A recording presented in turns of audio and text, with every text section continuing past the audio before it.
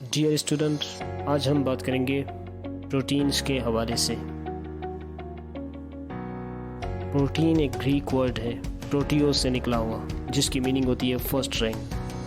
हमारी बॉडी के अंदर जितने भी ऑर्गेनिक कंपाउंड हैं उसमें सबसे ज़्यादा अहमियत प्रोटीन्स की होती है, इसीलिए इसको फर्स्ट रैंक कंपाउंड कहा जाता है। The word protein is suggested by Brazilian scientist in 1838.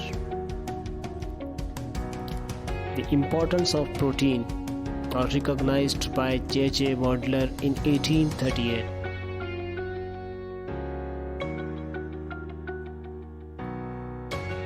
Proteins को most important organic compound in the cell तस्वर किया जाता है।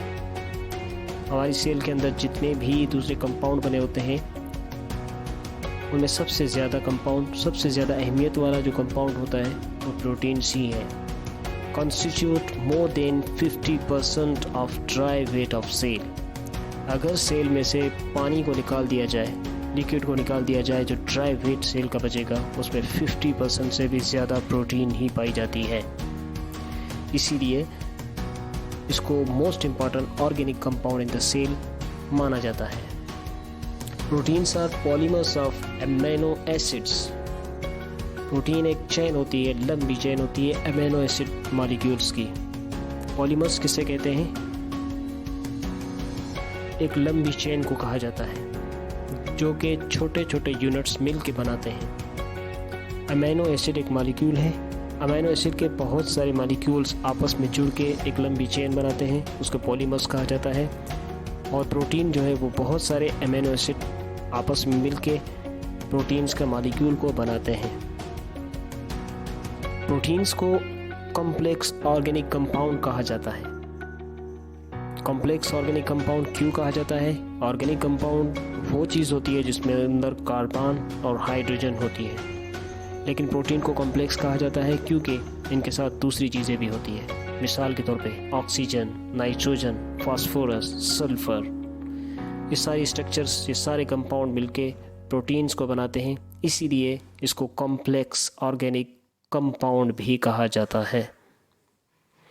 Proteins are building block of tissues.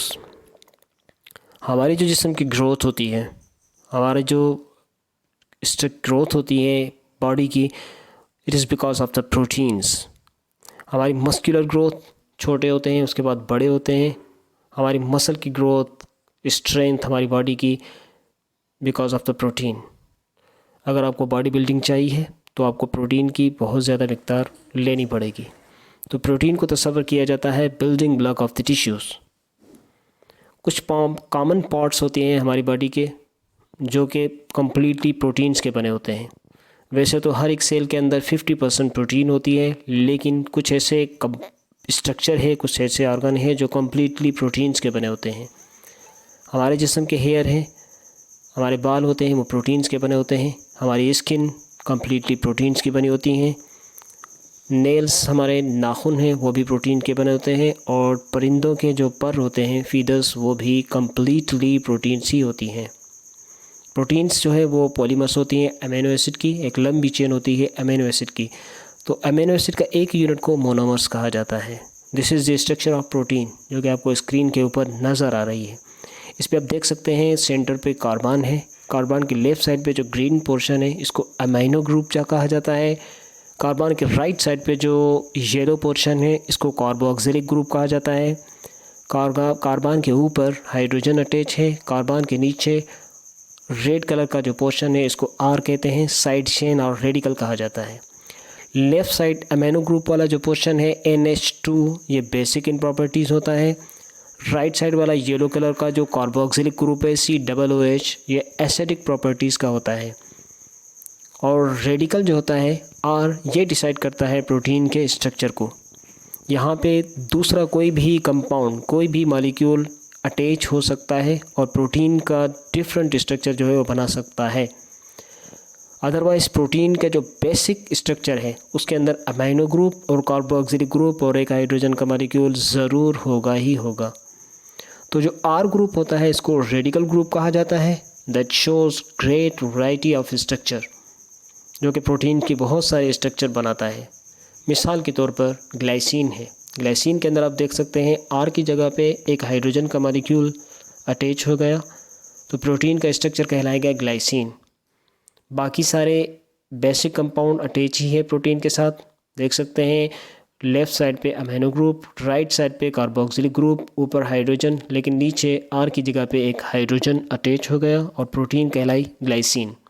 इसी तरीके से सीराइन प्रोटीन, यहाँ पे भी रेडिकल की जगह पे नीचे जो है वो आर की जगह पे CH2OH एक नया कंपाउंड अटैच हो गया, तो प्रोटीन कहलाएगी सीराइन।